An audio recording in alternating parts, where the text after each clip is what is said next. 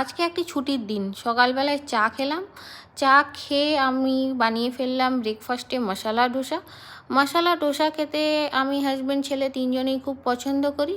এর সাথে আর কিছু সেরকম লাগে না, শুধু নারকেলের চাটনি হলেই তিনজনে খেয়ে নিই। আর এটা বানানো তাড়াতাড়ি হয়ে যায়। সাম্বার বানাতে গেলে বা টমেটোর চাটনি এত কিছু বানাতে গেলে অনেক লেট হয়ে যাবে।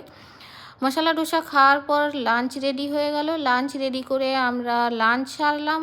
তারপর সন্ধেবেলায় একটু ঘুরতে যেতে ইচ্ছা হলো, তাই বেরিয়ে পড়লাম ক্যাপিটাল মলে যাওয়ার জন্য, কারণ এটি আমার ফ্ল্যাট থেকে খুব সামনে।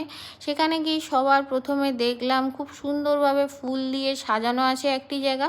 সেখানে ঘোরাঘুরি করতে করতে সামনে চোখে পড়লো যে খুব ভিড়। সেখানে দেখলাম ম্যাজিক শো দেখানো হচ্ছে, আর সেখানে বাচ্চা থেকে বড় সবাই খুব এনজয় করছে। আমিও খানিকক্ষণ দাঁড়িয়ে গেলাম। তারপরে মনে পড়লো হ্যাঁ, শপিং করতে হবে, অনেক দেরি হয়ে যাবে। তাই শপিং সেরে এখন বাড়ির দিকে যাচ্ছি।